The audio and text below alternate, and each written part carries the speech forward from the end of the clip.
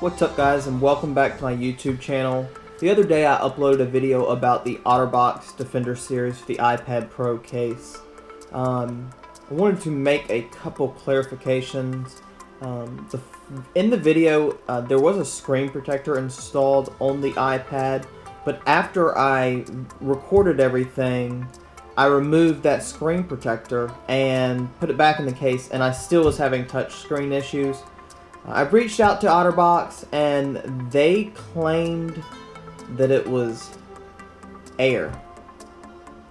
Air is the reason that the touchscreen does not work. I don't know if I believe all that, so today we're going to do something about it. Got a hair dryer right here. I have the front piece of the case.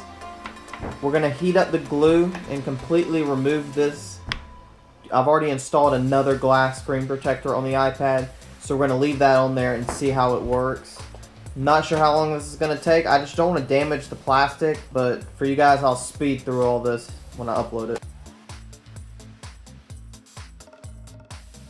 Once you get the glue kind of heated up, I just need to get it started. You can kind of easily peel the built-in screen protector off. So that is the built-in screen protector. It is very, very thick. I mean, I can see why I had issues with the touchscreen. Other users claim that they have no issues, so maybe it was just this one. I don't know, but not my problem anymore. Alright,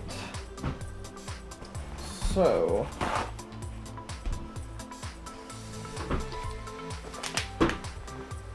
I wish I had some kind of like rubbing alcohol or something that I could clean this up with, but I could not find any.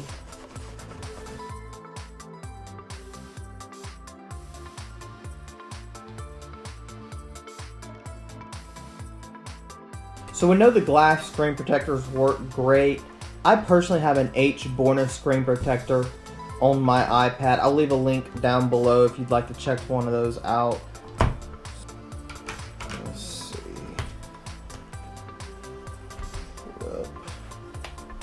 Clip. There's a lot of clips. Like I said in my first review of this case, it is not one that you're going to want to take on, take off. Once it's on there, you're gonna kind of want to leave it there. There is structural weakness where the Apple Pencil is charged. Though, I mean, overall, it's still a pretty heavy-duty case. I have now removed the original screen protector and just have a glass screen protector, and everything works perfectly fine. So if you do need a case that provides extra protection, this is an option. It's not the best option since you are obviously essentially destroying $100 and something case, but removing that, everything still works perfectly fine. So that's honestly what I would recommend. You can check out the H-Borna screen protector in the links down below, but overall it is a lot better now. I could actually at least use this, and I know that with the H-Borna screen protector, touchscreen works fine, and the Apple Pencil also works fine. Overall, I'm not entirely impressed with the Otterbox Defender series.